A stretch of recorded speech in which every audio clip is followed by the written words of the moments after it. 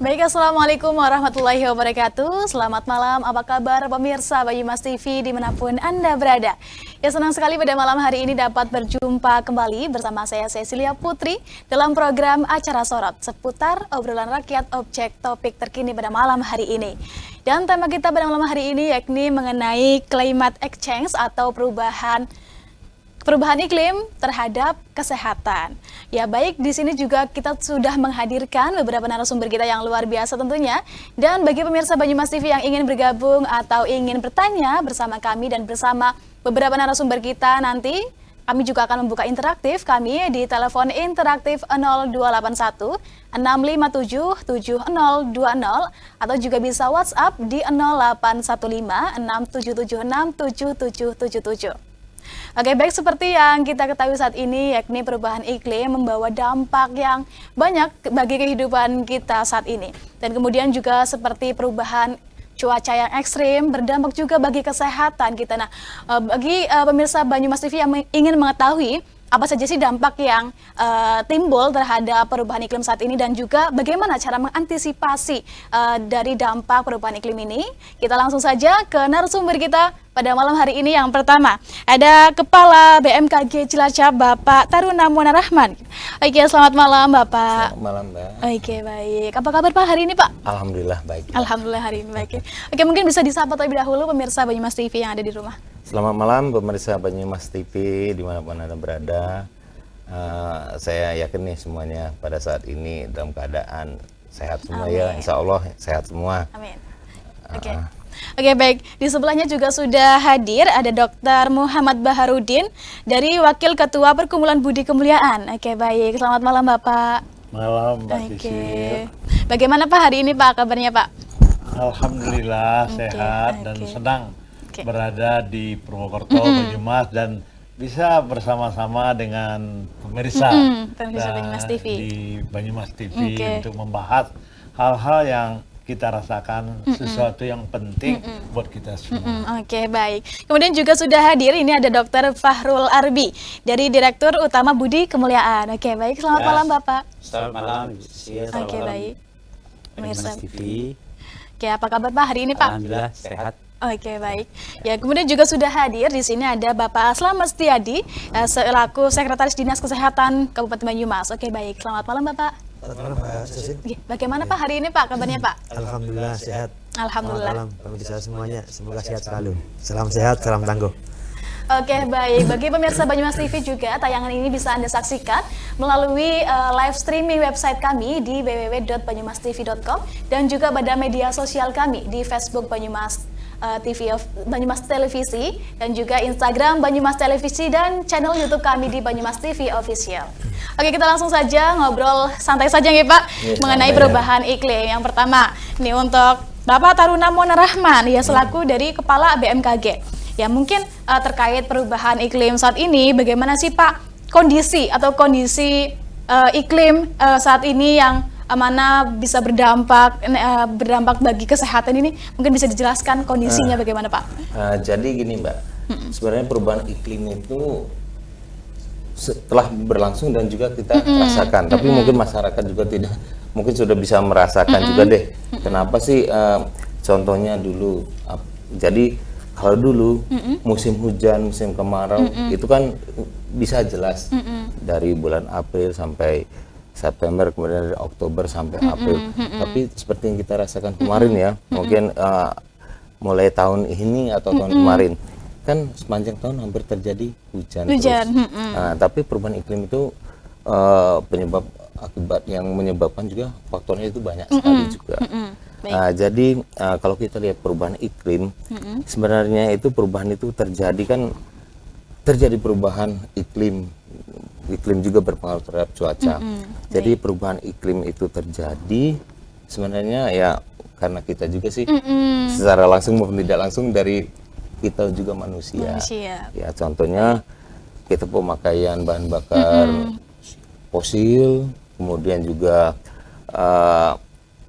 pembukaan hutan yang dibakar dan juga ya penggunaan seperti CFC dan lainnya. Kemudian juga secara tidak langsung juga penyebabnya ada juga dari sektor pertanian juga ada, kemudian juga dari sektor peternakan juga ada. Pemanasan Jadi, global gitu ya. jadi secara tidak langsung itu semuanya kita manusia secara langsung maupun tidak langsung ikut berperan terhadap terjadinya perubahan iklim ini. Oke, kemudian mungkin ini juga dipengaruhi oleh pemanasan global gitu Iya, ya Pak. betul. Bagaimana sih Pak terjadinya pemanasan global ini seiring adanya perubahan iklim yang terjadi saat ini? Jadi dengan adanya pemanasan global itu kan terjadi juga dengan peningkatan adanya karbon dioksida CO2. Penyebabnya itu tadi salah satunya yang sudah disebutkan tadi adalah penggunaan bahan bakar fosil. Jadi kalau dikatakan pemanasan global itu istilahnya seperti ini. Jadi kalau kita itu yang dampaknya itu sekarang ini kata orang yang kita sering dengar itu seperti efek rumah kaca. Jadi karena pemakaian bahan bakar fosil dan faktor penyebab lainnya tadi, jadi terjadi peningkatan suhu. Nah, suhu udara ini meningkat, sebenarnya suhu panas, suhu ini sebenarnya kita perlukan juga sebenarnya untuk menghangatkan bumi. Tapi karena penggunaan kemudian dari penggunaan CO2 itu semakin banyak dan apalagi pemakaian zaman sekarang ini sudah makin meningkat, jadi panas yang ditimbulkan tersebut kan jadi seperti kalau rumah kaca ya, panas itu terkukung di dalam itu. Jadi kan panas itu karena perubahan iklim tadi menyebabkan lapisan atmosfer ini semakin tebal. Kemudiannya si panas itu seharusnya misalnya kita langsung memantul ke angkasa, akhirnya tertahan berbalik lagi, mantul lagi ya, seperti itu. Jadi seperti kita dalam rumah kaca lah, ada panas nggak keluar gitu. Baik. Jadi secara umum seperti itu. yang menyebabkan terjadinya perubahan iklim seperti itu ya Pak? Salah satu faktornya seperti itu, dampak dari pemanasan global itu tadi. Baik, kemudian dari adanya perubahan iklim ini, apa saja sih dampak yang timbul adanya perubahan iklim gitu Pak? Dampaknya banyak. Yang pasti terjadi bencana. Contohnya terjadi hujan yang sangat lebat dengan durasi singkat, kemudian juga terjadi kemarau yang lebih panjang dari sebelumnya. Kemudian juga banyak terjadi bencana puting beliung, banjir dan lain karena disebabkan oleh curah hujan tinggi. Baik. Oke, kemudian kalau di wilayah Banyumas dan sekitarnya ini, apa bencana apa sih Pak yang sering terjadi Pak? Atau mungkin yang saat ini sedang banyak terjadi Pak? Karena struktur geografi daerah Banyumas ini kebanyakan dataran tinggi. Kebanyakan itu terjadi ya longsor, kemudian juga kemarin itu banjir karena curah hujan tinggi di atas kan, kemudian dari sungai maupun irigasi itu karena curah hujan tinggi tidak mampu menampung debit curah hujan, akhirnya kan terjadi banjir. Baik. Iya, akibat adanya bencana tersebut juga mengakibatkan adanya timbulnya penyakit-penyakit pada masyarakat gitu ya Pak. Iya, Oke, kemudian kita juga pengen tahu nih penyakit apa saja yang timbul di masyarakat ini.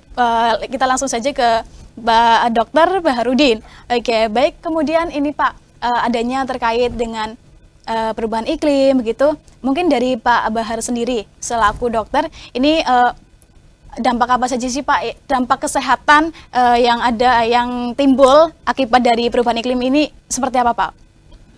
Baik, terima kasih Mbak Sisil. Pertanyaan yang saya kira menjadi pertanyaan semua orang.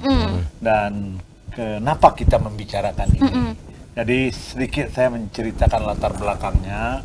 Kita ketemu dengan Bapak Bupati, Pak Husin. Kebetulan di Kemuliaan datang ke Banyumas dalam rangka kerjasama untuk meningkatkan kualitas layanan kesehatan ibu dan anak. Nah, pada saat itu kemudian kita berbicara Pak tentang climate change Pak.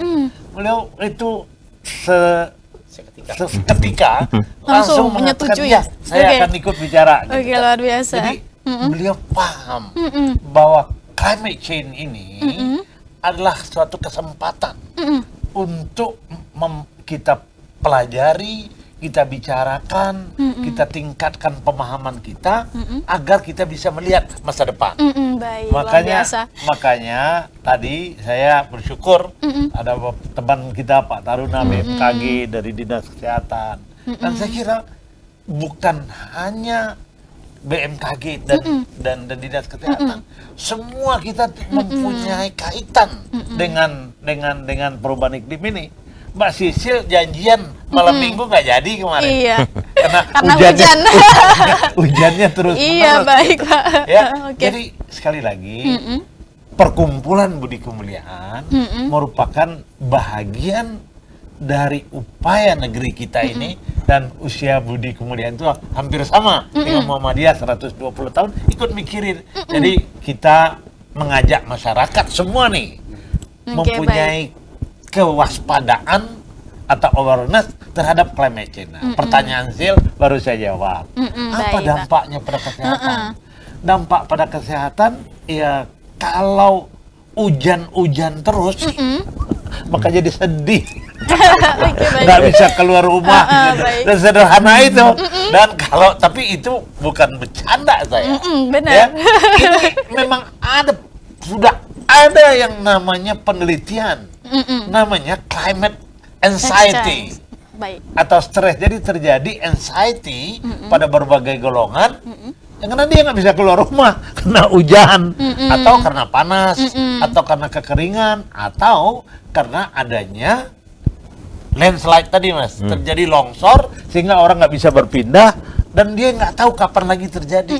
Itu yang utama sebetulnya. Oke, baik. Adanya climate anxiety. Oke, baik, itu luar itu biasa. pemanasan aja, Mbak. Oke. Oke, baik, nanti kita akan lanjutkan ya, Pak. Iya, Kita iya, harus break terlebih dahulu, dan bagi pemirsa Banyumas TV juga jangan kemana-mana, kita akan kembali sesaat lagi.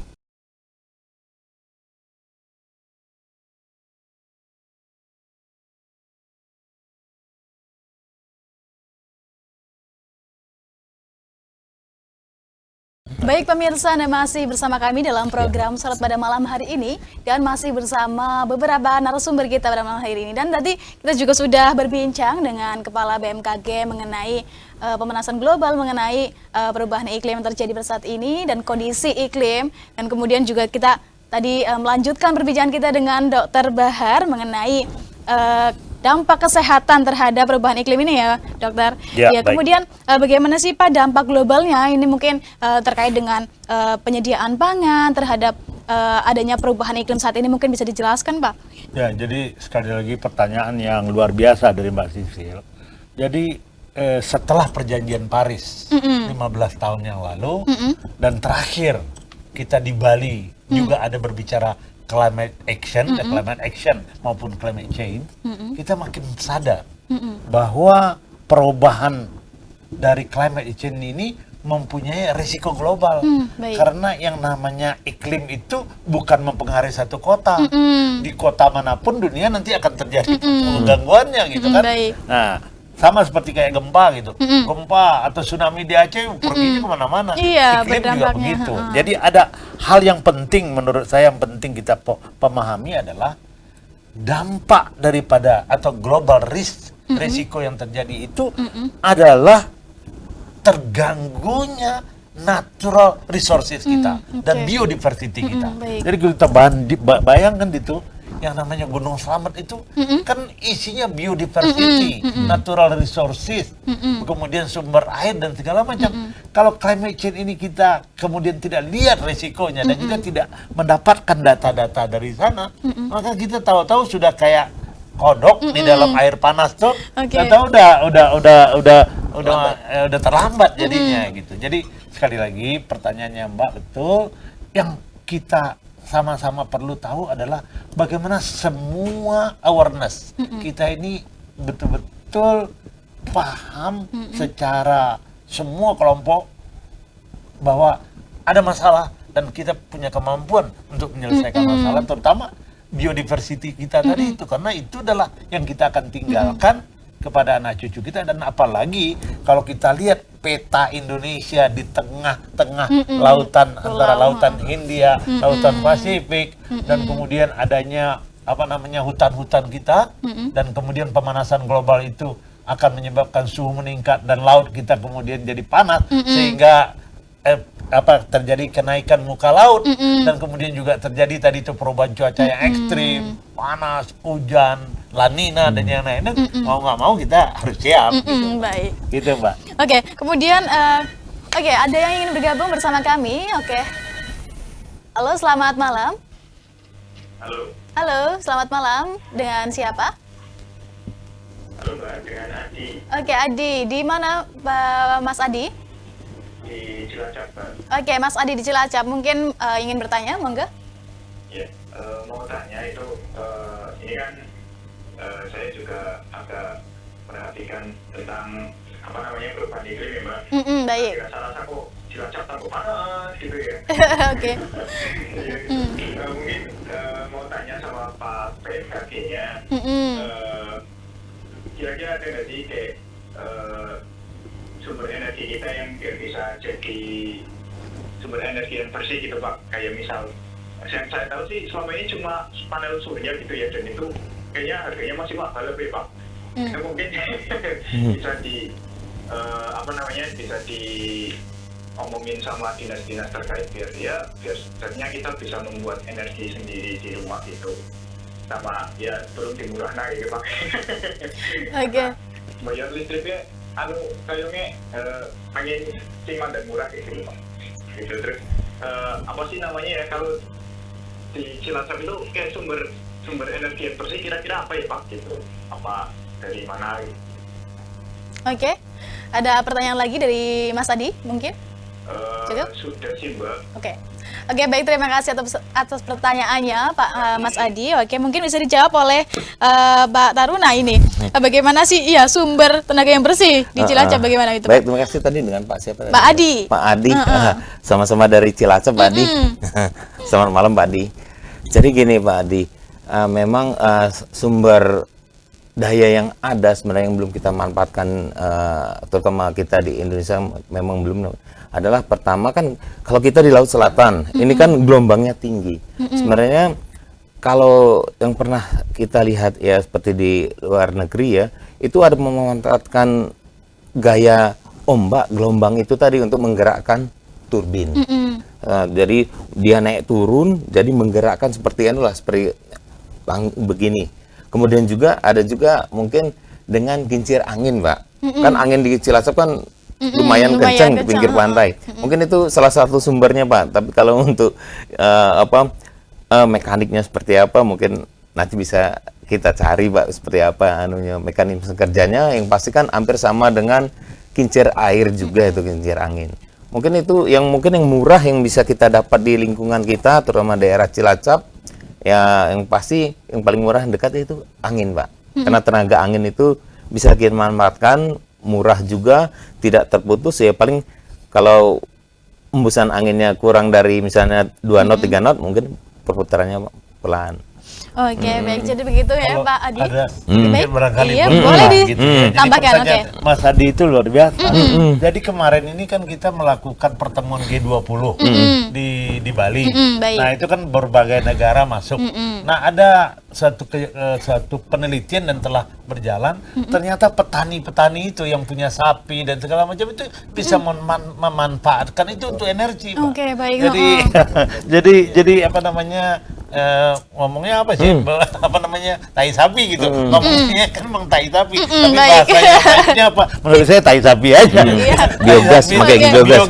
Nah, Jadi biogas betul itu. juga, Pak. Iya. Mbak. Jadi salah satu untuk mengurangi dampak perubahan iklim itu kan tadi salah satunya kan dari kotoran dari peternakan itu tadi. Itu bisa dimanfaatkan menjadi biogas kalau sekarang. Itu kan salah satunya gasnya itu tidak terbuang ke atmosfer. Jadi bisa dipakai, dimanfaatkan untuk memasak. Ya, Pak, ya itu salah satu contohnya seperti itu. Oke, luar biasa sekali. Bagaimana kalau sinar matahari yang berlimpah itu? Itu makanya tadi Lagi. panel surya Panel itu surya. tadi selain Oke, baik. Jadi seperti itu, Mas Adi, untuk pertanyaannya. Jadi kita juga bisa memanfaatkan gitu ya biogas ya, yang selain murah. itu menjaga iklim juga, untuk perubahan menjaga iklim. iklim gitu. Oke, baik.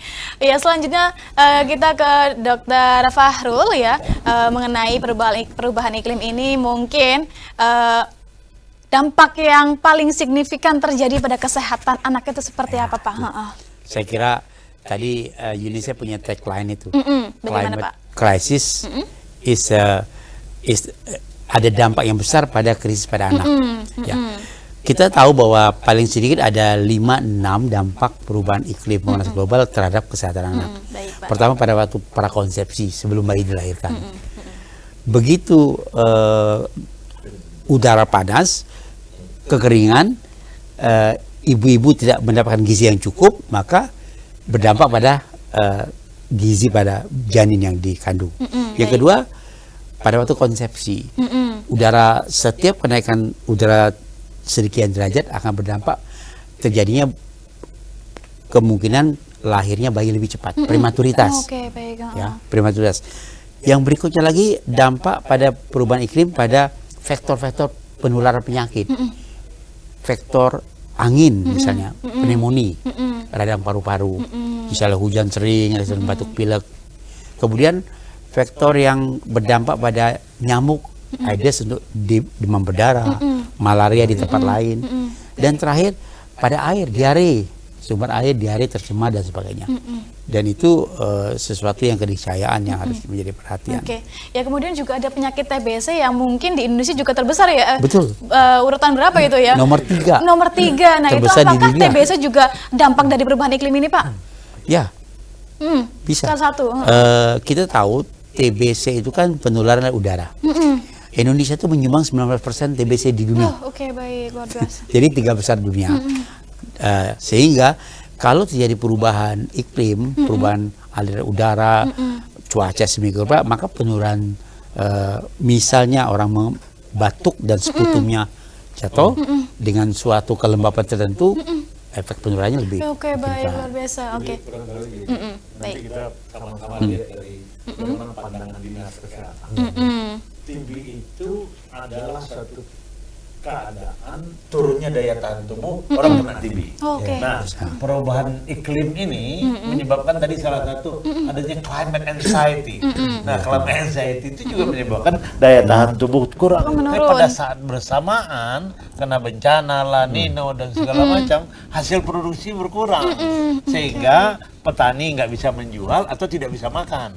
Oleh karena itu memang penting sekali nih dibicarakan, termasuk bagaimana kemudian mencari satu cara, mendesain satu cara dengan sistem menyebabkan kasus-kasus TB yang memang sudah tinggi itu kemudian bisa kita atasi terutama pada anak. Nah, inilah pentingnya Dinas Kesehatan memanfaatkan teknologi informasi. Baik. Ya. Ya, kemudian mungkin bisa ditambahkan dari Pak Slamet. Terima Masih Mbak Sisil. Jadi betul sekali tadi para narasumber sudah menyampaikan di awal, perubahan iklim ini memang berdampak secara signifikan kepada tidak hanya kepada alam, termasuk kepada kesehatan manusia pada umumnya, juga kepada faktor tadi yang Dr. Halu sampaikan. Di kita ini memang terkait perubahan iklim ini sangat dirasakan terutama di wilayah-wilayah Banyumas yang di daerah tinggi, artinya penyediaan air bersih menjadi berkurang. Kemudian di daerah-daerah rendah dampaknya juga kepada banjir yang seperti di Tambak, Sumpio, Kemudian ini kan daerah-daerah yang endemis banjir, di mana penyakitnya juga menyertai. Kalau di daerah-daerah dengan kondisi air bersihnya yang berkurang, ini dampaknya adalah kesehatan pada umumnya terkait diare, kemudian juga penyakit di saluran pencernaan yang lain. Kemudian juga yang di daerah banjir. Daerah banjirnya juga permasalahan yang kronis yang sering kita hadapi. Dampaknya pada kesehatan juga sangat dirasakan oleh masyarakat di sana akibat dari adanya banjir tadi. Ini semua ini karena memang perubahan iklim yang dirasakan. Oke, baik. Kalau di baik. TBC TB, tadi. Oke. Itu jadi karena orang di dalam rumah terus dan kemudian penularannya memang tadi dalam rumah, maka itu tadi bagaimana pemanfaatan teknologi informasi, karena hampir semua desa di sini sudah ada ini, dan kita bisa mendesain suatu pemeriksaan TBC dengan bertanya sehingga keluarga yang sudah kena TB atau yang mungkin kena TB dengan kuesioner yang dibuat melalui ini kemudian handphone. bisa didapat dideteksi oleh dinas kesehatan dan tempat rumahnya pun bisa kita tahu karena bisa send locationnya Mas ya. Nah ini suatu hal yang pemanfaatan teknologi. Kalau kita paham bahwa inilah yang ditunggu oleh rakyat kita. Oke, baik. Gitu. Silakan Mas. Data TB kita itu terus bertambah secara signifikan. Bahkan yang terakhir ini ada kasus TB yang resisten dengan obat. Ini jumlahnya juga terus bertambah.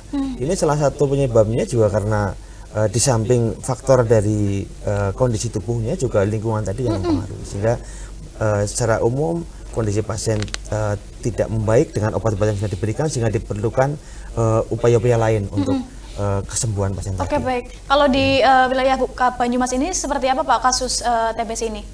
Kasus TB Di Banyumas? Jumlahnya hampir 13.000 sekian, Oke, cukup banyak. Cukup banyak dari Banyumas. Untuk yang resisten obatnya hampir sekitar 100 lebih kasusnya yang memang resisten obat. Ini yang menjadi perhatian serius kita agar nantinya tidak bertambah untuk kasus-kasus TBC yang resisten dengan obat-obatan. Oke, baik. Oke, nanti kita akan lanjut lagi Pak, karena kita harus break terlebih dahulu. Dan bagi pemirsa Banyumas TV juga nanti kita masih membuka interaktif bagi Anda yang ingin bertanya bersama narasumber kita pada malam hari ini. Silakan bertanya di telepon interaktif dan juga bisa WhatsApp. Dan pemirsa Banyumas TV, jangan kemana-mana karena kita akan kembali usai jeda pariwara berikut ini.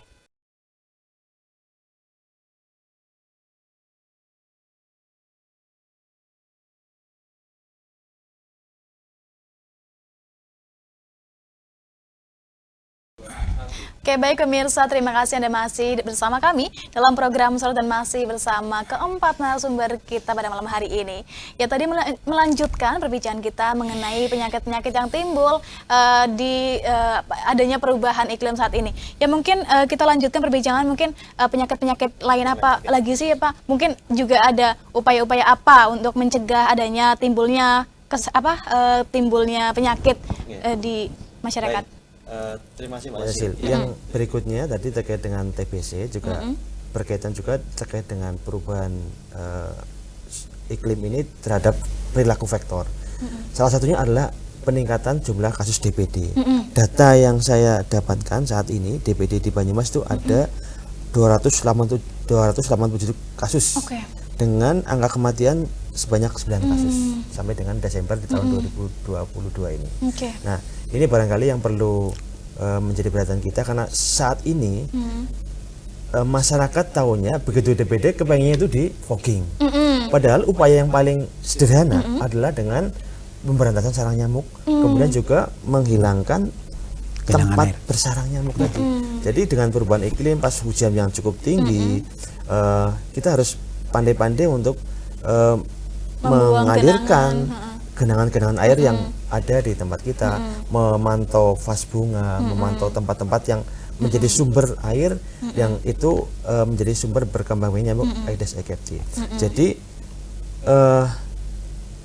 harapan masyarakat yang saat ini lebih banyak fogging harus kita rubah. Yang paling penting, yang paling efektif, paling murah adalah bagaimana kita itu mengatasi diri sendiri dengan mulai dari di rumah itu ada kita membentuk namanya juru pemantau jentik, jumantik ya di setiap rumah. Kemudian setelah itu juga bagaimana upaya kita untuk memberantas sarang.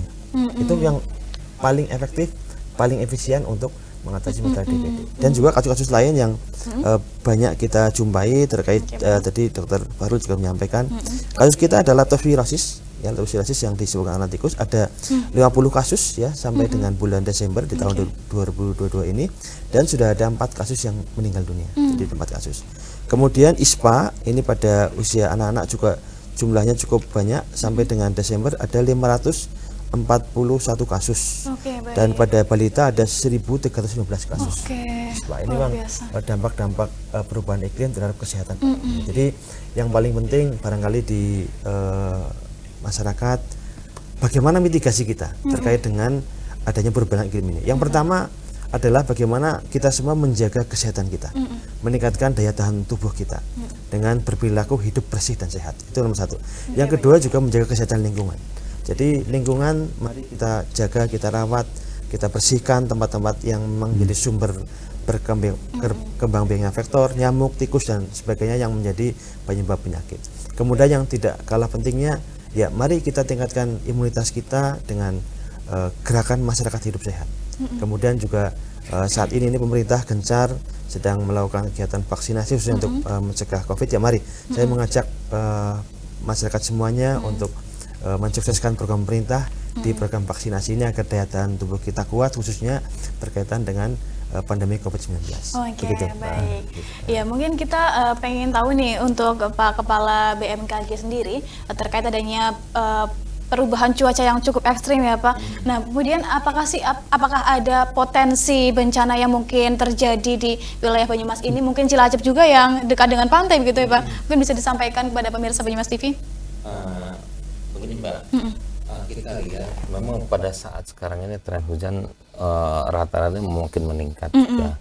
Jadi himbauan kita untuk masyarakat untuk menghindari terjadinya tren bencana terutama di musim hujan itu karena geografi tadi wilayah Banyumas ini adalah daerah dataran tinggi. Kita mesti waspada begitu curah hujan tinggi, kita perhatikan lingkungan apakah tanah di sekitar kita itu terjadi retakan atau gerakan, kita segera mengungsi menghindar. Kemudian juga untuk masyarakat yang berada di pinggir bantaran sungai, begitu curah hujan tinggi dengan meningkatnya debit air mungkin bisa mengungsi. Kemudian juga mungkin dari segi kesehatan juga ya, karena topik kita juga dalam kesehatan ini, pada saat curah hujan tinggi ya seperti disampaikan Pak dokter tadi, kan akan terjadi genangan. Genangan, kemudian juga dengan ada sinar matahari yang 2 hari ke depan, tentu jentik nyamuk itu akan berkembang biak lebih cepat. Nah, untuk itu kita kembali menghilangkan sarang-sarang nyamuk, pusat-pusat pertumbuhan nyamuk yang ada di sekitar kita. Kemudian juga apabila terjadi banjir, ya mungkin kita jaga kesehatan kita, karena posisi banjir itu kan air dari manapun menggenang, terutama nanti berdampak kesehatan pada kulit, kemudian juga untuk kesehatan mungkin kolera atau disentri itu kan bisa terjadi ya Pak Dokter ya. Kemudian juga kalau misalnya dari sekarang terjadi peningkatan misalnya musim kemarau, suhu yang panas, ya kita usahakan kita jangan terlalu banyak di luar ruangan, karena mungkin iritasi kulit, kemudian juga udara membawa partikel bakteri maupun penyakit, itu mungkin bisa dihindari. Oke, baik ya. Kemudian kita pengen tahu apa saja sih ancaman terbesar bagi anak-anak nih terhadap adanya perubahan iklim yang cukup perubahan cuaca yang cukup ekstrim. Mungkin mungkin ada penyakit yang bagaimana ya? Mungkin ancaman terbesar bagi anak-anak, misalnya ada penyakit kulit atau apa gitu Pak? Ya, jadi memang anak-anak lah yang mungkin terdampak paling rentan terkena karena satu sistem kekebalannya memang belum matur. Yang kedua dia memerlukan bantuan orang lain, orang tua atau keluarga untuk melindungi dirinya. Sehingga kalau tentunya yang paling gampang alergi misalnya. Alergi. Begitu ada bakat atopi dalam keluarga dengan musim hujan yang semakin hebat, dia akan mungkin rinitisnya muncul. Udara lembab dia bisa bersin-bersin, hiperaktivitas bronkus, asmanya muncul, meningkat. Sehingga belum lagi udara lembab di rumah dan sebagainya. Jadi krisis pada iklim akan berdampak langsung pada krisis pada anak. Nah itu. Di UNICEF mengatakan demikian. Oke, baik. Kemudian nih Pak, saya ingin tahu apakah angka kematian dari ibu hamil dan mungkin bayi ini juga salah satu dampak dari perubahan iklim ini Pak? Mungkin bisa dijawab dari Pak Bahar mungkin? Ya, ini pertanyaan yang sulit dijawab. Oleh karena itu, pertama kita harus meningkatkan awareness kita, kewaspadaan kita terhadap perubahan lingkungan. Yang kedua tadi seperti apa yang disampaikan dari World Medical Association di Berlin, kita harus punya data. Nah, untuk bidang kesehatan, apa yang menjadi bagian penting? Bagian penting untuk adaptasi terhadap perubahan iklim itu di bidang kesehatan pertama adalah mengatur sistem peringatan dini. Dan itulah menyebabkan kenapa transformasi layanan kesehatan yang disampaikan oleh pemerintah dalam 7 bentuk, dan pertama adalah transformasi layanan primer, di mana kata kuncinya adalah literasi pada masyarakat. Jadi luar biasa ini, TPBS ini akan menjadi luar biasa karena dia memastikan literasi pada masyarakat. Baik. Terus kemudian ada program lain. Tapi yang kedua adalah bagaimana kita kemudian dengan setelah mempunyai kemampuan tadi mengatur sistem peringatan dini dan tanggap darurat. Dan kedua baik. mendidik masyarakat agar masyarakat bisa menolong dirinya. Yang terakhir adalah menanam pohon. Baik. Menanam pohon, memperluas ruang hijau dan mengurangi juga pemakaian transportasi pribadi. Oke, baik. Jadi menjadikan yang namanya Banyumas itu smart city. Smart Baik. city itu kan smart transportasinya, terus smart kesehatannya, ya. Nah, sekali lagi kalau pertanyaan tadi, apakah kemudian kematian akan meningkat? Sangat mungkin meningkat. Kenapa? Karena perubahan suhu menyebabkan kering. Kalau panas itu kering, kalau kering kan artinya terjadi kekentalan darah. Kekentalan darah itu berisiko pada orang hamil, Oke, berisiko baik. dan bukannya pada orang hamil, pada orang-orang tua, pada orang-orang yang diabetes, pada orang-orang dengan hipertensi. Oleh karena itu, smart city tadi itu menjadikan rumah sakit kita rumah sehat. Baik. Dan luar biasa. kemudian dengan teknologi informasi, setelah dia sakit dan dirawat di rumah sakit, tetap dihubungkan dengan masyarakat tadi. Oke, Kalau terjadi kejadian-kejadian kena dampak lingkungan, dia paham dan mitigasi bencana kita bisa. Tapi jangan lupa, yang penting menurut saya ini adalah Baik. karena saya mencintai juga Banyumas ini dengan gunung dan lembah Iya, dan baik. biodiversitinya, bagaimana kita meyakinkan kita menjaga tuh biodiversity itu. Dan kalau terjadi, maka ada bukan hanya hewan-hewan yang besar, hewan-hewan kecil yang nggak ada di tempat lain itu juga akan terdampak. Iya, baik. Oke, Gitu. baik, luar Gitu, biasa. Mbak. Dan kita punya mahasiswa di sini. Kita punya anak SD, SMP, SMA. Kita harus sampaikan kepada mereka bahwa climate change itu sudah ada dan bagaimana kemudian kita nanti selanjutnya mengadakan bersama-sama dengan transportasi, BPBD dan yang Kolaborasi. lain. Kolaborasi. Kata Oke. kuncinya Om Farul benar. Kolaborasi. Oke, baik, cukup menarik sekali. Namun kita harus break terlebih dahulu. Ya, dan juga bagi pemirsa Banyumas TV jangan kemana-mana. Kita akan kembali lagi. Kita masih akan melanjutkan perbincangan kita lagi satu segmen lagi. Bagi pemirsa Banyumas TV jangan kemana-mana karena kita akan kembali usai jeda pariwara berikut ini.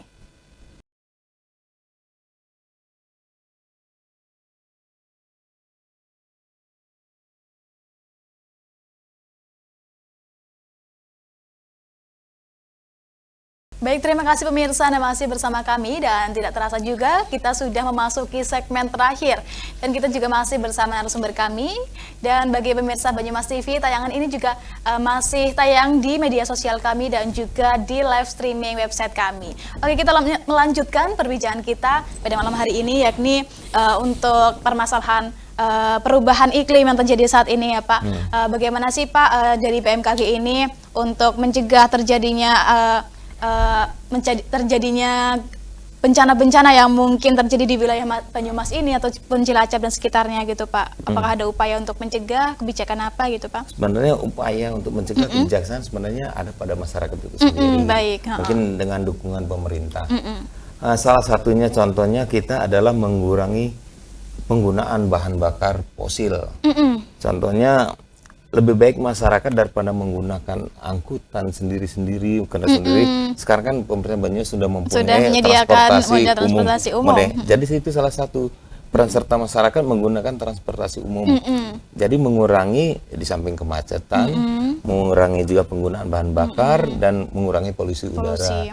Kemudian juga dari masyarakat juga minimal bisa menjaga kelestarian lingkungan dengan mempertahankan terjadinya perubahan iklim dengan cara pertama ya minimal lah setiap keluarga menanam satu pohon. Baik. Karena pohon itu menyumbang karbon untuk mencegah terjadi perubahan iklim.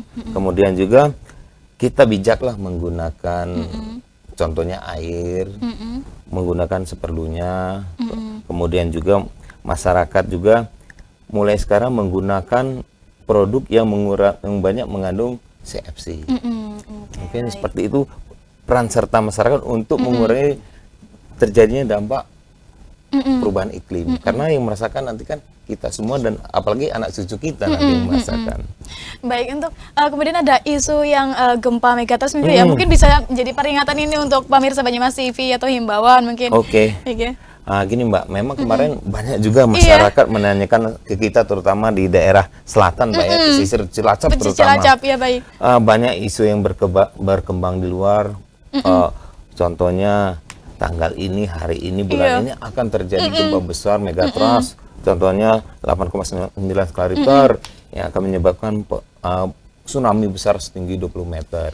Jadi yang perlu kita jelaskan ke masyarakat, jadi gempa itu pada prinsipnya tidak bisa, pada dasarnya juga tidak bisa diprediksi. Karena sampai saat ini masyarakat, ilmuwan maupun negara manapun belum bisa menemukan alat yang bisa, istilahnya kata masyarakat, meramalkan terjadi gempa. Tapi kalau potensi tentu ada, karena potensi kita ini kan terutama di selatan Jawa itu tempat terjadi sumbernya megatrust, terjadinya pertemuan antara lempeng Eurasia dengan Indo-Australia. Itu akan bergerak terus setiap tahun akan bergerak dan bergerak terus sampai terjadi yaitu tadi pelepasan energi. Tapi kita nggak tahu kapan sih pelepasan energi itu akan terjadi.